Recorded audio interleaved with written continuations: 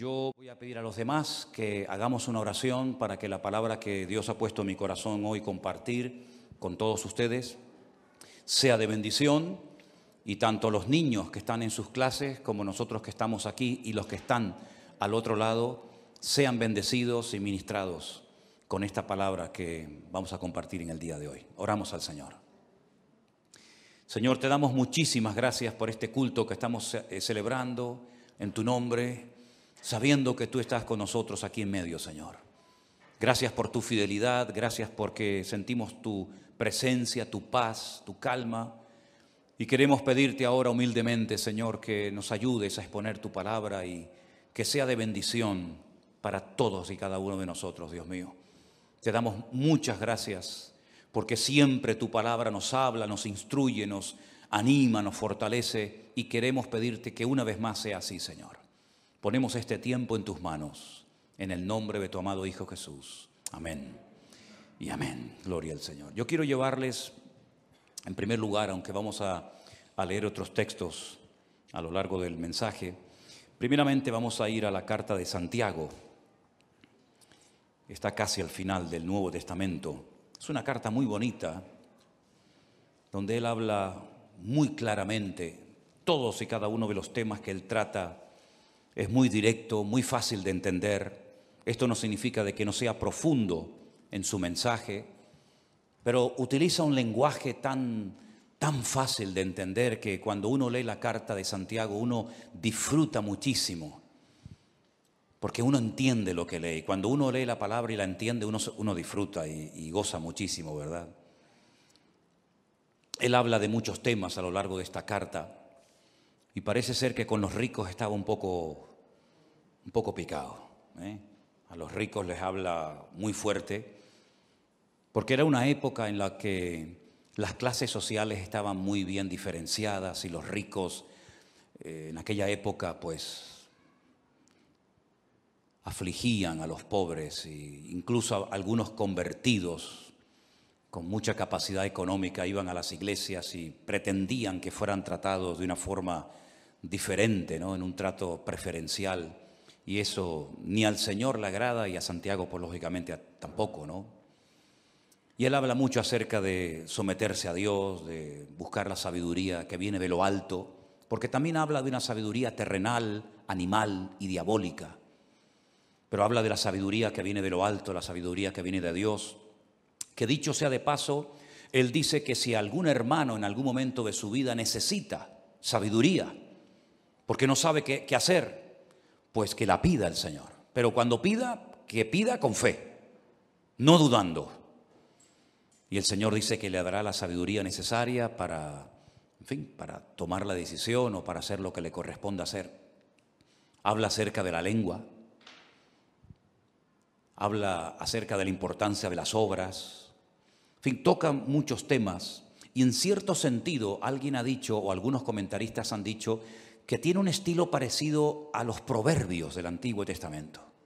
Porque salta de un versículo a otro, tocando un tema, tocando otro tema, y a veces parece como que pierde el hilo, pero luego lo retoma.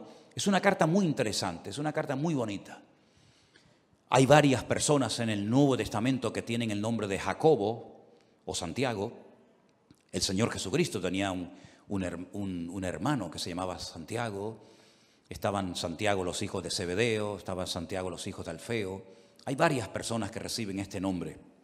Y en el capítulo 4, él toca un tema que a mí particularmente me ha llamado muchísimo la atención. Y ahora les voy a decir por qué, cuando terminemos de leer la porción. En el capítulo 4 de Santiago, desde el versículo 13 en adelante, la palabra de Dios dice así: vamos ahora, los que decís, hoy y mañana iremos a tal ciudad y estaremos allá un año y traficaremos y ganaremos. Cuando no sabéis lo que será mañana, porque ¿qué es vuestra vida?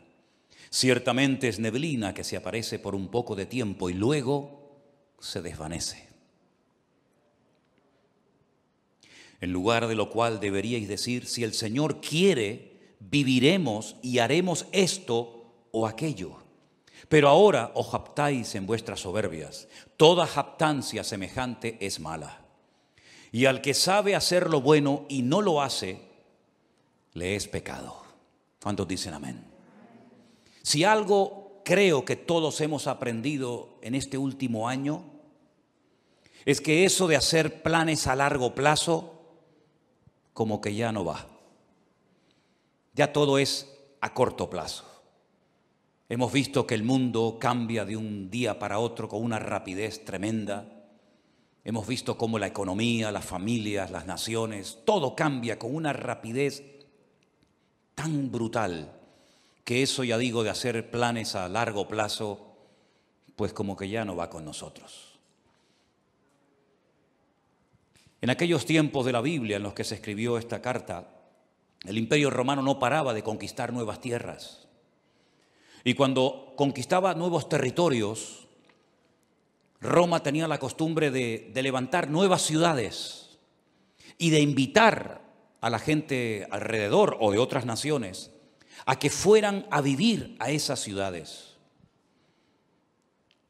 Y muchos judíos iban, porque el Señor les dio a ellos la capacidad de hacer negocios y de ganar dinero. Y muchos judíos iban a esas ciudades recién inauguradas para empezar una vida nueva.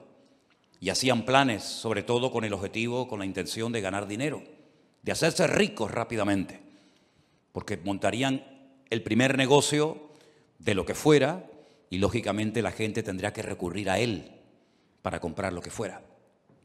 Y Santiago, observando la costumbre que había en aquella época de buscar nuevos territorios, nuevos lugares para empezar una vida nueva y ganar dinero rápidamente, fácilmente, dirige estas palabras específicamente a ese tipo de personas. Esas personas que hacían planes sin consultar con Dios. Esas personas que hacían planes a largo plazo y no metían a Dios en sus planes, sino que tenían como una especie de agenda, pero Dios no aparecía por ninguna parte. Y hay una clarísima advertencia para nosotros los creyentes hoy en día acerca de no hacer planes a largo plazo, porque es perder el tiempo y sobre todo cuando no consultamos con Dios podemos correr graves peligros. ¿Qué es la vida? Es el título del mensaje de hoy. Santiago dice que la vida es como una neblina que aparece por un poco de tiempo y cuando te das cuenta se ha desvanecido y se ha ido para siempre. La semana pasada fui a un tanatorio a darle la despedida a un hermano mucho más joven que yo, que tuvimos la oportunidad de conocerlo con 14 años y llevarlo a los pies de Cristo, y por un tumor que tenía en su cabeza, pues ya en este momento no está entre nosotros, sino que está en la presencia del Señor. Y algunos de ustedes lo conocieron, porque durante algún tiempo fue el batería de esta congregación, de esta iglesia, nuestro hermano Santi, que partía a la presencia del Señor la semana pasada. Y uno dice, Señor, una persona joven, una persona tan noble, ya no está entre nosotros, ¿verdad? La última vez que lo vi, me lo encontré en un centro comercial junto con su esposa. Nos saludamos y me pidió allí en el pasillo de ese centro comercial que orara por él. Y esa fue la última vez que lo vi. Y la próxima vez cuando supe algo de él es que ya no estaba entre nosotros. Y uno se queda como sorprendido, ¿verdad? Lo rápido que le pasó la vida a este hermano. Pero esta semana, una hermana desde Bélgica, un matrimonio precioso con su niño, que han viajado en varias ocasiones con nosotros a Israel, me mandaba un WhatsApp pidiéndome oración por su marido, que necesitaba urgentemente un milagro en su vida. Lo llamé, él está en el hospital, o estaba en el hospital, hicimos una videollamada, nos vimos y le han diagnosticado un cáncer y le han dado 3 meses de vida. Un hermano que fue al médico, se encontraba mal y el médico le dijo, esto es lo que tienes y y no hay nada que hacer. Y pensando en todo esto, leyendo estos versículos, yo decía, Señor, hacer planes hoy en día a largo plazo, ¿para qué sirve? Si capaz que hoy es el último culto que estamos aquí. ¿Quién sabe lo que nos depara la vida? ¿Quién sabe cuánto tiempo nos queda? ¿Quién sabe si algunos de los que están aquí tal vez no llegaremos a fin de año? Solamente Dios lo sabe. Él es el que da la vida y el que la quita cuando quiere y como quiere. Y muchas veces observo a creyentes cómo oran, cómo organizan su vida, y me doy cuenta de que sin darnos cuenta podemos caer en el error de hacer planes y proyectos y llenar la agenda con actividades. Pero, por supuesto, si Dios quiere, llevaremos a cabo esos planes, porque si Dios dice no, por más que nos empeñemos, no tiene ningún sentido. Estaba leyendo algunos versículos donde Pablo abre su corazón, por ejemplo, a los hermanos de la iglesia de Corinto, y les cuenta sus planes, y les dice, voy a ir aquí, voy a ir allá, y quiero hacer esto, y quiero hacer aquello. Y hay un momento en la carta de Pablo a los Corintios que les dice, iré pronto a vosotros si el Señor quiere. Me impactó mucho esa forma de hablar de Pablo. Yo iré pronto a vosotros, pero siempre y cuando el Señor quiera. Primera de Corintios 4:19. Más adelante en la misma carta dice, porque no quiero veros ahora de paso, pues espero estar con vosotros algún tiempo, si el Señor lo permite. Primera de Corintios 16:7. Un varón de Dios, un hombre con unos dones y unas habilidades ministeriales tremendas, pero él sabía perfectamente que si el Señor no permitía, si el Señor no quería que fuera a Corinto, a Macedonia, a Éfeso, a donde fuera, no iba a ir por muchos planes que tuviera. Y esa es la mentalidad con la que nosotros tenemos que movernos hoy en día. No vamos a hacer planes sin consultar con Dios, porque ya el Señor nos ha demostrado clarísimamente que la vida es muy corta y que eso de hacer planes a largo plazo no tiene ningún sentido. Eso no significa de que vamos a vivir muertos de miedo. Eso no significa de que vamos a estar inactivos y con una inseguridad constante y permanente en nuestra vida, ni muchísimo menos. El miedo no es de Dios. La inactividad no es la voluntad de Dios para nadie. Y vivir con inseguridad constante y permanente, menos todavía. Una cosa es que sepamos que el tiempo está en las manos del Señor y otra cosa es que vivamos con miedo, inseguros, de brazos cruzados. Nada que ver en absoluto. El futuro no está en nuestras manos. No controlamos el factor tiempo. ¿Saben ustedes, hermanos, que hay 533 versículos en la Biblia que hablan acerca de la importancia del tiempo? 533 versículos. Y hay un capítulo casi entero, que es el famoso capítulo 3 del libro de Eclesiastés, donde en 29 ocasiones diferentes Salomón utiliza la palabra et, que es la palabra tiempo. Y él dice que en la vida tenemos que mentalizarnos, estar preparados y reconocer que en la vida hay tiempo prácticamente para todo. Tiempo para morir, tiempo para vivir, para morir, tiempo para sembrar, tiempo para cosechar, tiempo para reír y pasarlo bien y tiempo también para llorar. Y él habla en 29 ocasiones de distintas circunstancias o situaciones en la vida en las que nos vamos a encontrar, porque prácticamente tendremos tiempo para todo.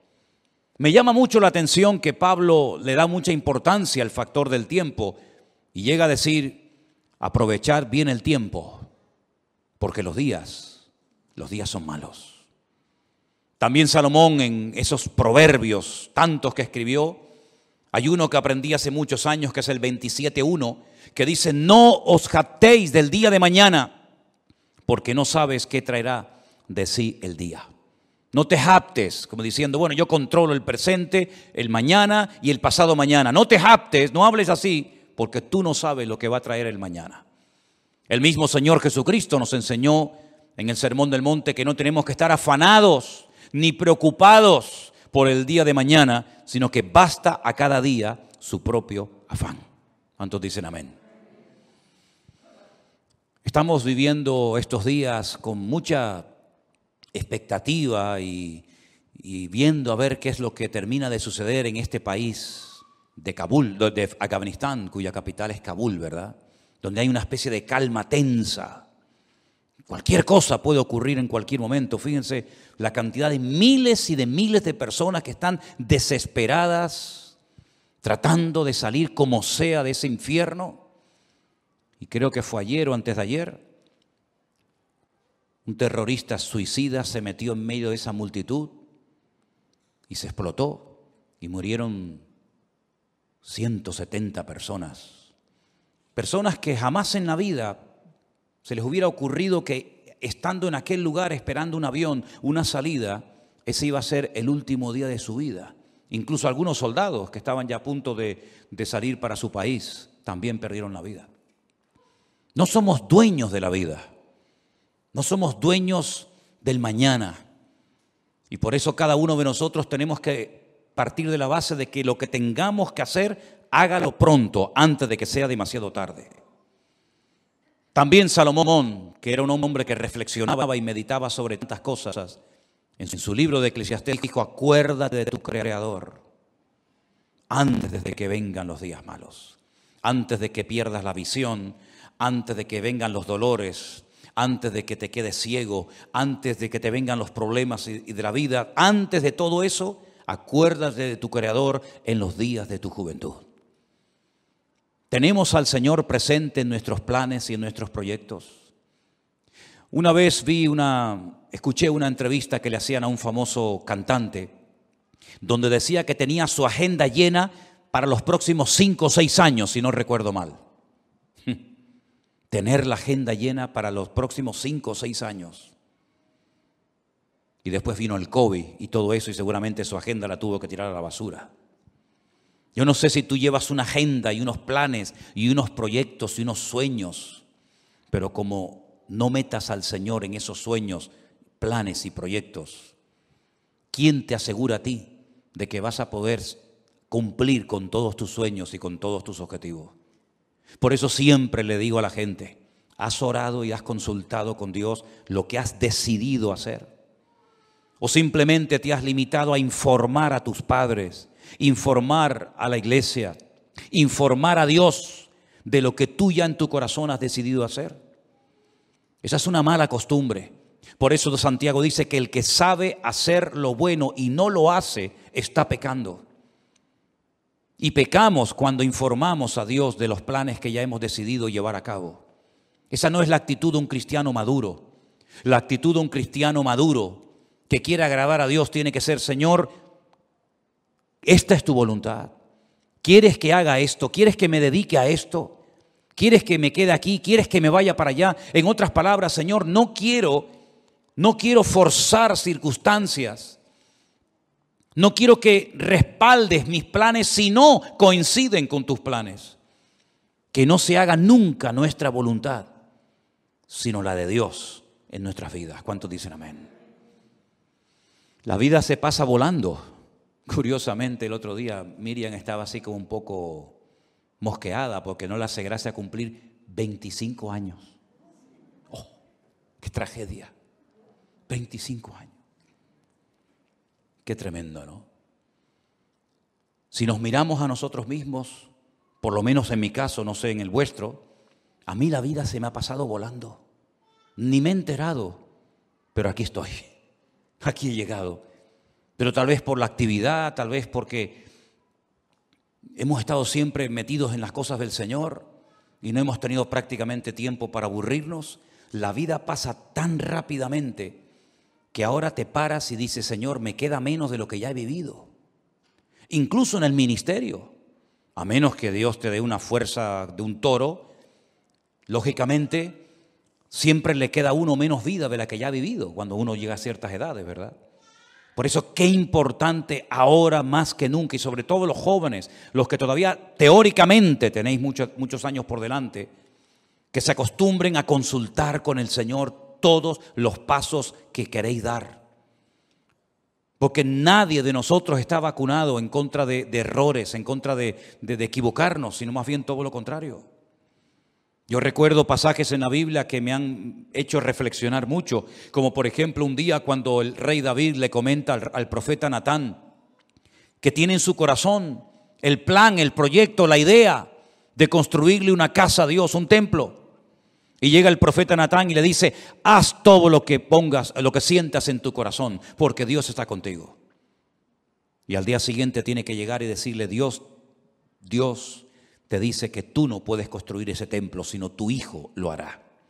¿Qué había de malo en construir una casa, un templo a Dios? Nada. Pero los planes de Dios no eran que David fuera el que construyera el templo, sino su hijo. Para él su sueño en la vida era construirle un templo al Señor. Además, ya estaban todos los enemigos prácticamente sometidos, derrotados. Todos pagaban impuestos.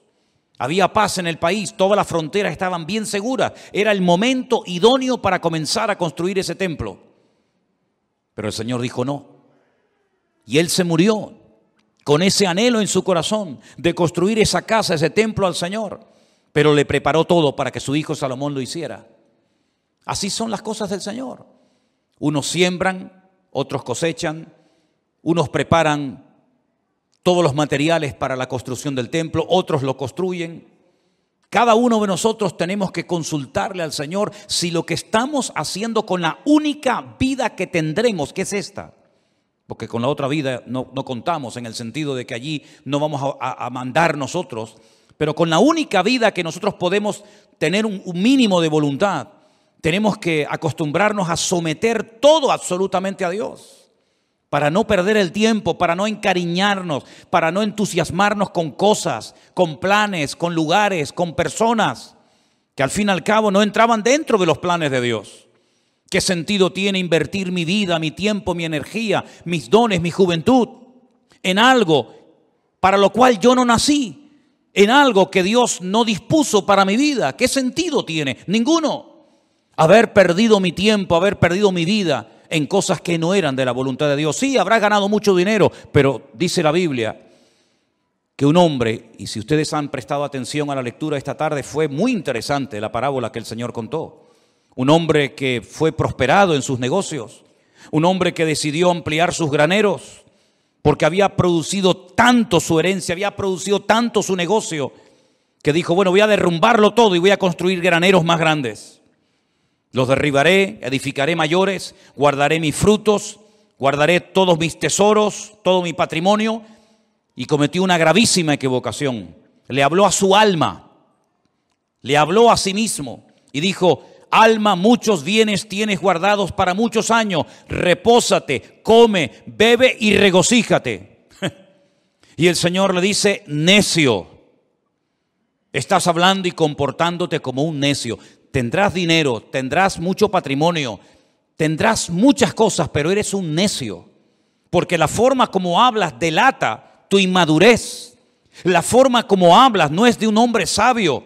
¿Cómo le vas a decir a tu alma que todo lo que has acumulado es para que ahora reposes, comas, bebes y disfrutas de la vida? Si esta noche vienen a buscarte, a pedirte tu alma, ¿qué harás con todas tus riquezas? No te van a servir absolutamente de nada. Absolutamente de nada.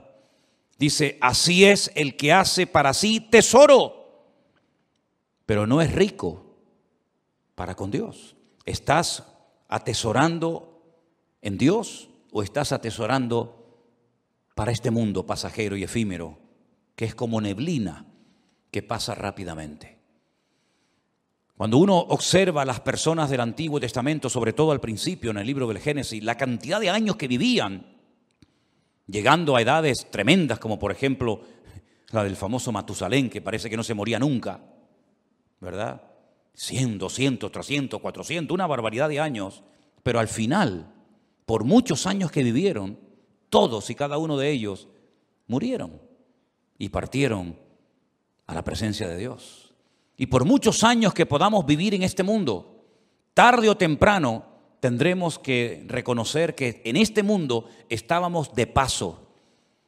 Tuvimos el privilegio de haber conocido a Cristo y de haber aceptado a Cristo como nuestro Señor y Salvador personal. de haber entendido el Evangelio.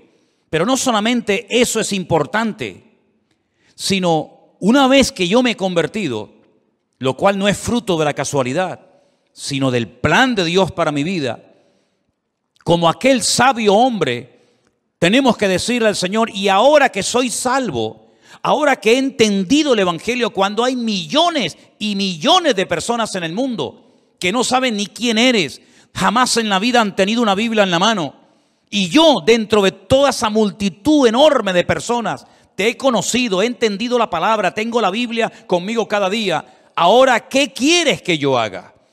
Porque sería absurdo y necio por nuestra parte pensar que me he convertido para nada, simplemente para no irme al infierno, simplemente para ir a la presencia del Señor. Y el tiempo desde que me convertí hasta que vaya a la presencia del Señor, ¿qué hago? Puede ser que en algunos casos algunos tienen que seguir haciendo y dedicándose a lo que hicieron antes de convertirse, no digo que no. Pero por ejemplo el apóstol Pablo o Saulo de Tarso, recién convertido, tuvo el valor de preguntarle al Señor, ¿qué quieres que haga? Porque teóricamente, lo humanamente, lo lógico hubiera sido volver a Jerusalén, contarle a los que te enviaron que tuviste una experiencia que te cambió la vida y seguir con tu tradición, con tu ley, con tu mundo de rabino, etcétera, etcétera. Pero fue valiente y se atrevió a decirle a Dios, ¿y ahora qué quieres que haga? Y el Señor le dijo, entra en la ciudad y se te dirá lo que debes de hacer. No le habló un ángel, no le habló Dios con una voz audible revelándole el plan para su vida, pero Dios utilizó a un hombre fiel que estaba viviendo en aquella ciudad que se llamaba Ananías. Y Ananías fue, oró por él y le dijo, hermano Saulo, esto y esto es lo que Dios quiere que hagas con tu vida. ¿Tú has tenido esa segunda experiencia? ¿O has tenido solamente la experiencia de haber nacido de nuevo, gloria a Dios por ella? ¿O has tenido la segunda experiencia de decir, no solamente me convertí, sino que además esperé en el Señor y el Señor me reveló cuál era su voluntad para mi vida? Yo sí la tuve, tanto la primera como la segunda. Le dije una noche al Señor, muy joven, ¿qué quieres hacer con mi vida?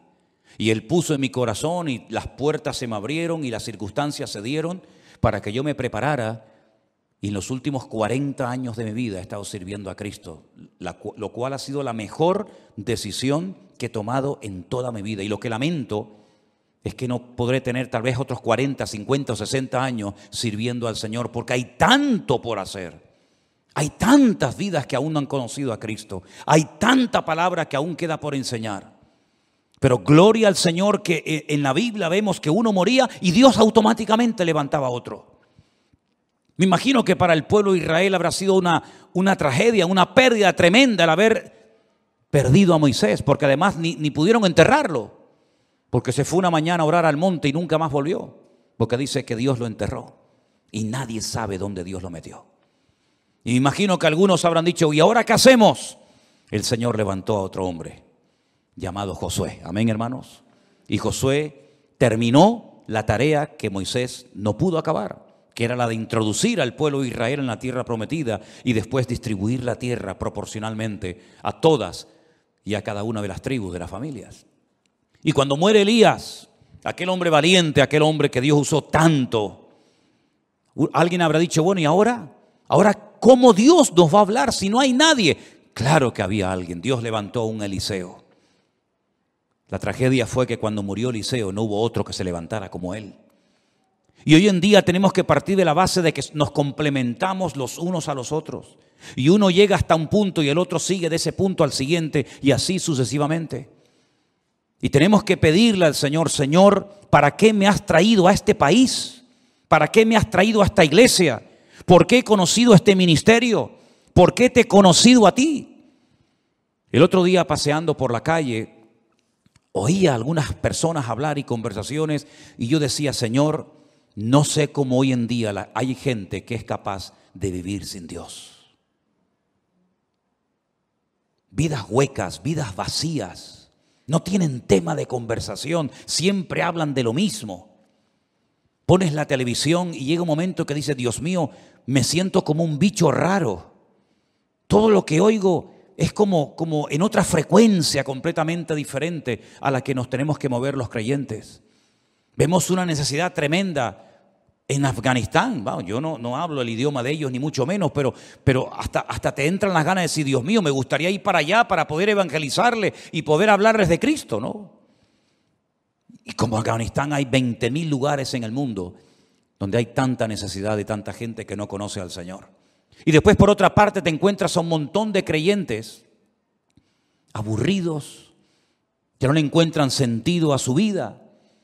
Creyentes que pasan los días, las semanas, los meses y los años, y cuando no le duele aquí, le duele allá, y cuando no le duele allá, le duele por allá, y siempre soy yo, mi necesidad, mi economía, mi dolor, mi artrosis, mi artritis, mi no sé qué. Y yo digo, pero Dios mío, ¿cuándo nos vamos a dar cuenta de que no estamos en esta vida para perder el tiempo?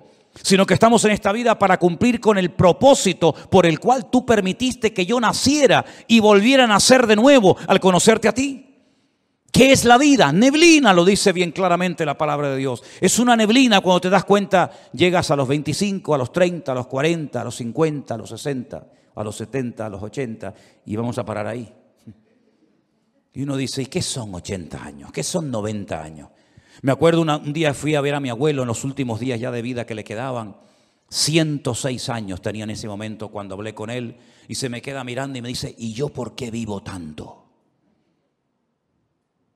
¿Por qué vivo tanto? No me muero nunca, me dice. He enterrado a todos mis amigos, he enterrado a montones de gente. Y se cumplió aquello que decía mi padre, el viejo, el abuelo nos va a enterrar a todos. Porque todos se morían menos él. Pero al final murió. Se le acabó la pila. Y uno dice, madre mía, 106 años. ¿Y qué son 106 años? No es nada, es neblina que pasó. Duró un poco más la neblina ese día. Pero al final la neblina terminó también disolviéndose. Hay un versículo en la Biblia, en el libro de Eclesiastés, vengan conmigo por favor al capítulo 3, muy interesante, donde Salomón, reflexionando acerca de lo que es la vida, las distintas circunstancias, momentos y experiencias que vamos a tener, él dice lo siguiente: ¿qué provecho tiene el que trabaja de aquello en que se afana? Eclesiastés 3:9. ¿Qué provecho tiene? ¿Cuál es el objetivo? ¿Cuál es la finalidad de aquello en lo que me afano? Dice Salomón, yo he visto el trabajo que Dios ha dado a los hijos de los hombres para que se ocupen de él. Todo lo hizo hermoso en su tiempo y ha puesto eternidad en el corazón de ellos, sin que alcance el hombre a entender la obra que ha hecho Dios desde el principio hasta el fin. Yo he conocido que no hay para ellos cosa mejor que alegrarse y hacer bien en su vida. Y también que es don de Dios que todo hombre coma y bebe y goce el bien de toda su labor. He entendido que todo lo que Dios hace será perpetuo. Sobre aquello no se añadirá ni de ello se disminuirá, y lo hace Dios para que delante de él teman los hombres. Aquello que fue, ya es, y lo que ha de ser fue ya, y Dios restaura lo que pasó. Es como un círculo, ¿verdad? Unos van, unos vienen, unos mueren, unos nacen. Pero las lecciones que el Señor ha grabado a fuego en nuestros corazones en este último año, creo que no tenemos que olvidarlas nunca en la vida. Dios nos está dando oportunidades hoy en día más que nunca para que podamos hacer lo más importante que podemos hacer, que es servir a Dios, servir a su obra y dar la vida en rescate por muchos. ¿Cuántos dicen amén? Nadie de los que están aquí en esta tarde que ha conocido el Evangelio tiene por qué sentirse inútil, que no sirve para nada, que no está capacitado, que no sabe. Déjense de excusas, hermanos. Todos y cada uno de los que estamos aquí hemos sido llamados específicamente por el Señor. Primero para que le conociéramos a Él. Pero ya le conoces, ya está, gloria a Dios. Ahora cada día nos esforzamos, leemos la palabra, estudiamos, oramos, nos congregamos. Eso es normal en la vida de cualquier creyente, el crecimiento, el desarrollo, la madurez, ¿verdad? Pero la actividad propia de cada miembro es insustituible. Nadie puede ocupar tu lugar en el cuerpo. porque cada uno de nosotros tenemos una función que cumplir. Y la Biblia dice que una iglesia sana es cuando cada miembro reconoce para qué está en ese cuerpo, cuál es su función y cuál no es su función. A veces veo gente que se quiere dedicar a lo que Dios no lo ha capacitado, en vez de dedicarse y ocuparse a lo que Dios sí le ha capacitado. No tienen que imitar a nadie, no tienen que frustrarse diciendo, a mí me gustaría cantar o predicar o hacer o ser como aquella otra persona. No, porque no es así como tenemos que movernos en el reino.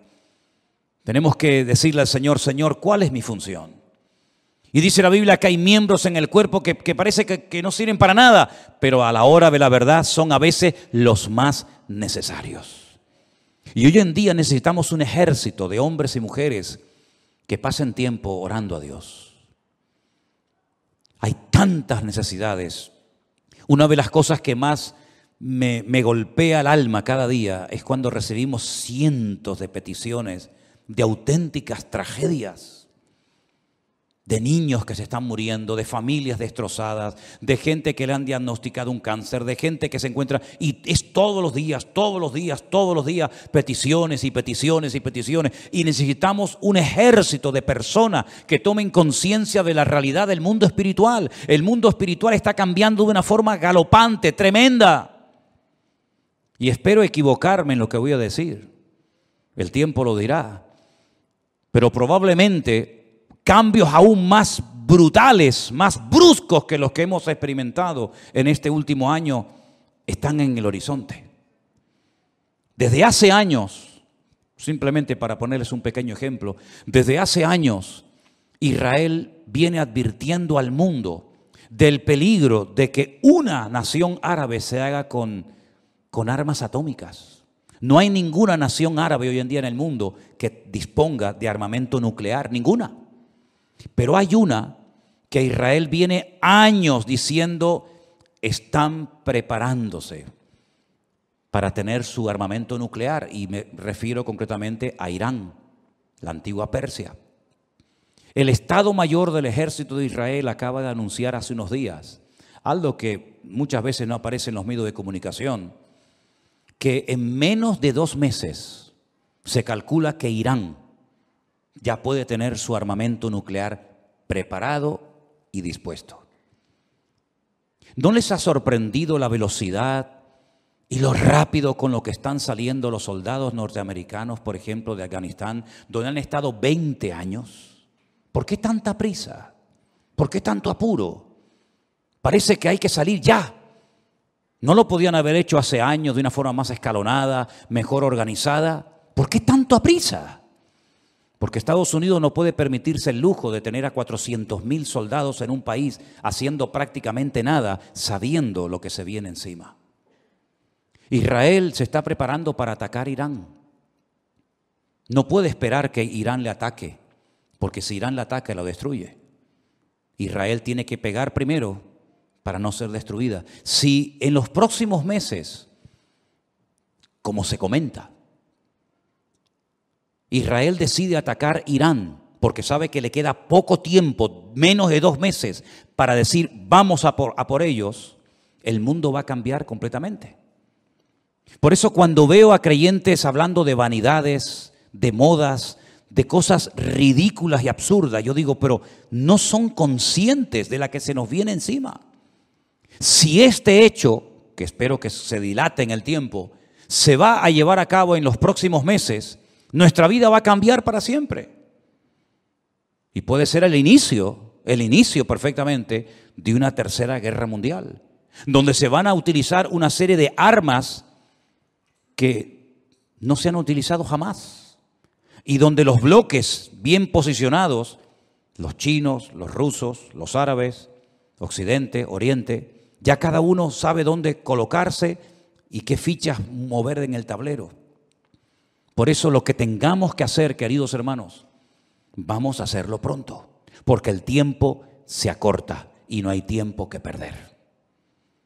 Y la palabra del Señor nos enseña que Cristo viene pronto, pero antes de que el Señor venga, dará un tiempo de gracia para que el hombre conozca el Evangelio. Pero dice, ¿cómo creerán si no hay quien les predique.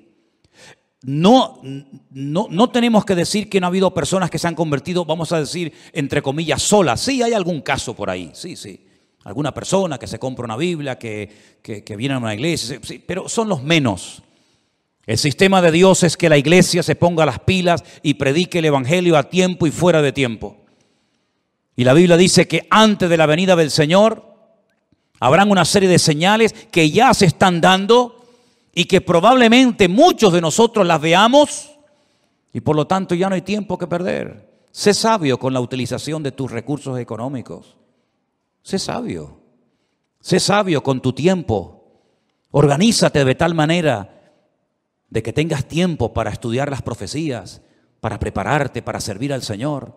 Y mira, y cualquiera, sea pastor o no sea pastor, lleves un año, lleves poco tiempo, cualquiera puede ir a una librería cristiana y comprar 100, 200 Nuevos Testamentos, Biblias, y salir por el barrio un día y regalárselas a esos jóvenes que están ahí en la calle, o al señor que está en el bar que saludas todos los días. Cualquiera de nosotros puede acercarse a una persona y decirle, oye, mira, quiero regalarte algo que te va a venir muy bien, un libro, una Biblia, un Nuevo Testamento, invitarlo un día al culto, darle una tarjeta, que hay cientos de tarjetas todavía por ahí sin repartir, donde aparece la página web de la iglesia, los canales de Facebook y de YouTube, para que puedan escuchar la palabra de Dios. ¿Sabes cuántas miles? Y ya puedo hablar de miles, ¿Sabes cuántas miles de personas viendo las redes sociales se han reconciliado con el Señor y han conocido a Cristo como su Señor y Salvador personal en este último año? Es incontable el número. Es incontable. Me decía uno de los colaboradores que tenemos en Centroamérica, en Costa Rica, y dice, pastor, es imposible controlar esto, ya perdimos el control. Ya ni siquiera los grupos de WhatsApp nos sirven, porque ya hemos llegado a un límite en el que ya ahora tenemos que comenzar a meter a la gente en otros sistemas, porque ya el WhatsApp se nos ha quedado corto. Cientos y cientos y cientos y cientos, miles de personas. Me decía Priscila el otro día, que es una de las que atiende los correos, un promedio de 100 y pico correos cada día, ¿sí o no? Necesidades, peticiones, vengan para aquí, queremos bautizarnos, queremos casarnos, queremos abrir una iglesia, queremos que nos visiten todos los días, todos los días, todos los días. Por eso, mis queridos hermanos, no hay tiempo que perder. ¿Qué es la vida? Es neblina que se pasa, pero mientras estemos con vida, podemos ser útiles en las manos de nuestro Dios. Si usted se quiere dedicar a sus cosas sin tener en cuenta al Señor, sin meter al Señor en su agenda, Dios le bendiga. Pero necesitamos urgentemente de hombres y de mujeres que se tomen en serio este tiempo y que sepan que queda poco tiempo. Ya sé que es como un tópico, ¿no? La iglesia viene diciendo, los predicadores, los pastores, venimos diciendo hace años que queda poco tiempo, pero hermanos, hay que ser ciego, hay que ser una piedra para no darse cuenta de que nuestro mundo se está cayendo a pedazos. Cualquier momento que pongas la televisión te das cuenta de que el mundo está perdido. Sodoma y Gomorra está por todas partes. Las presiones, las tentaciones, la manipulación, etcétera, etcétera, que está viendo en nuestro tiempo, jamás en la historia lo habíamos vivido. De hecho, hasta la gente, si se han dado cuenta, hasta la gente ha cambiado. Yo hablo con gente prácticamente cada día y noto que la gente ha cambiado.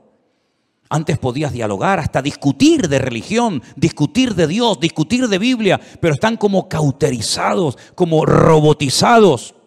Ni sienten ni padecen. Antes discutías que si los católicos, que si los evangélicos, que si la Virgen, que si los santos.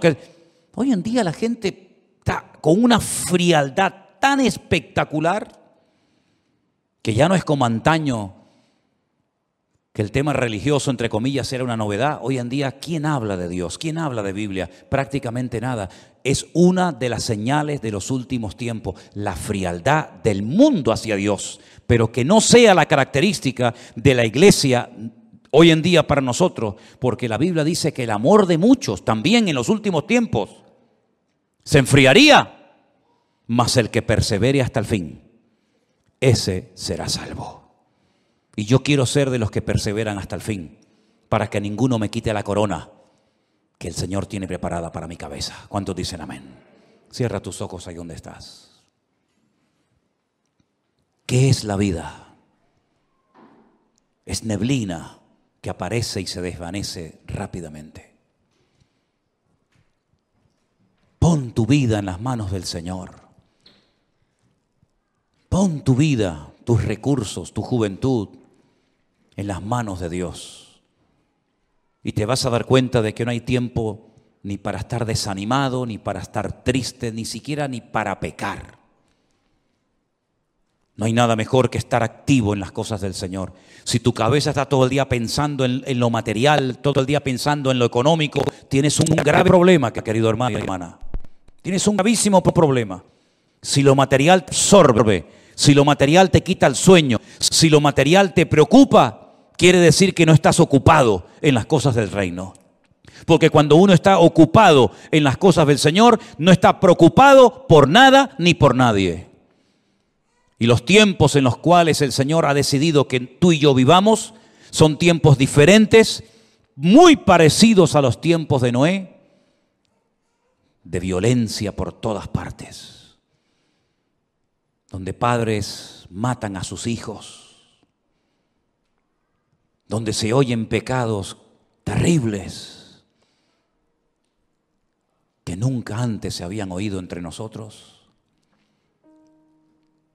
de gente que hace locuras y le ha perdido el miedo a la muerte, le ha perdido el respeto a Dios. Y parece que cuanto más normas ponen, más fácil para algunos es quebrantarlas. Hay un endurecimiento, una frialdad, una soberbia, una arrogancia tan grande en la gente que se creen que porque tienen casa y coche y dinero y trabajo ya lo tienen todo. Y como la parábola que he contado en esta tarde, ¿de qué te sirve todo lo material si mañana te viene un infarto, si mañana te diagnostican un cáncer, si mañana te dicen que te quedan 2 o 3 meses de vida? ¿De qué te sirve el dinero? Dime, ¿de qué te va a servir? ¿De qué te va a servir tu carrera, tus estudios, tu coche, tu dinero, tu joya? De nada, de nada. Está muriendo gente por todas partes. Por todas partes está muriendo gente joven, gente mayor. Prepara tu vida, porque tarde o temprano tendrás que enfrentarte ante la realidad de que tu vida se acaba. Los ricos se mueren y los pobres también, y los blancos y los negros y los cristianos y los ateos se mueren. Es ley de vida. Y por eso es muy importante que tú digas: ¿qué estoy haciendo con mi vida, con mis hijos? ¿Quién está atendiendo a mis hijos? ¿Qué están aprendiendo mis hijos en la escuela? ¿Qué basura le están metiendo a mis hijos en las clases? Y tú no te enteras porque estás en tu mundo, estás en un mundo desconectado de la realidad, donde tus hijos a veces prefieren ir al amigote del barrio, hacerle la pregunta que le deberían haberle hecho a su padre, pero su padre está muy ocupado y su madre está también muy ocupada. Es tiempo de buscar a Dios. Ya no hay tiempo que perder. La gente está atontada, la gente está perdiendo el tiempo en boberías, en tonterías, y no se dan cuenta de que esto se acaba y Cristo viene pronto. Y puedes reírte, puedes burlarte, puedes hacer lo que quieras, pero la realidad es la misma. La semana pasada te acabo de decir, fui a enterrar a un amigo mío, un hermano más joven que yo. Y esta semana hablé por videoconferencia con otro hermano que le han dado 3 meses de vida y estamos orando para que Dios haga un milagro en su vida. Un hombre bueno, con un hijo, con una esposa, un hombre fiel, pero que le ha tocado esto en la vida. ¿Y quién no te dice a ti que mañana te puede tocar a ti? ¿O qué te crees que vas a vivir aquí en esta vida toda la eternidad? Estamos de paso, queridos hermanos y amigos. ¿Saben cuánta gente cada día muere sin esperanza? ¿Saben cuánta gente se quita la vida? ¿Saben cuántos jóvenes están aburridos porque no tienen nada? Ni trabajo, ni estudio, ni familia, ni nada. Es tiempo de hablar de la esperanza y de la fe que tenemos en nuestro Dios, porque solamente Dios puede salvar a España. Ningún partido político, ningún hombre puede salvar esta nación. Esta nación está en coma hace muchos años. El mundo está en coma. Las familias están destruidas. Y no es que esto sea un mensaje apocalíptico para asustar a nadie, es que hay que ser ciego para no darse cuenta. Hasta hace pocos años Venezuela era una maravilla de país. Miren cómo está hoy en día. Hasta hace no muchos años otros países donde la gente iba a buscar trabajo Hoy en día están hechos pedazos y la gente desesperada por salir. Las imágenes de esos niños en cloacas con agua putrefacta hasta la cintura, esperando que un soldado tenga un poco de piedad y de misericordia para montarlo en un avión y salir del infierno. Son realidades que están ocurriendo hoy en día en el mundo. La gente sigue pensando en el fútbol, la gente sigue pensando en sus vacaciones. Sigan jugando, sigan jugando. Pero es tiempo de buscar a Dios. No hablo de una religión, no hablo de una iglesia, hablo de Dios. Hablo de buscar al Dios vivo que puede traer esperanza a tu familia. Hablo de un Dios poderoso que puede traer esperanza a tu casa. No hablo de una iglesia, no hablo de una religión. Hablo de un Dios que te amó tanto, que murió en la cruz para que tengamos esperanza y para que no nos muramos con una depresión, amargado de la vida. Señor, en el nombre de Jesús queremos orar en este momento por las naciones de la tierra, por esta nación de España que te ha dado la espalda y con su soberbia y con su arrogancia se creen sabios y son necios, Señor, porque le han dado las espaldas a Dios, y no hay mayor necedad que renunciar a Dios y a su palabra. Señor, en el nombre de Jesús, ten misericordia de estas naciones.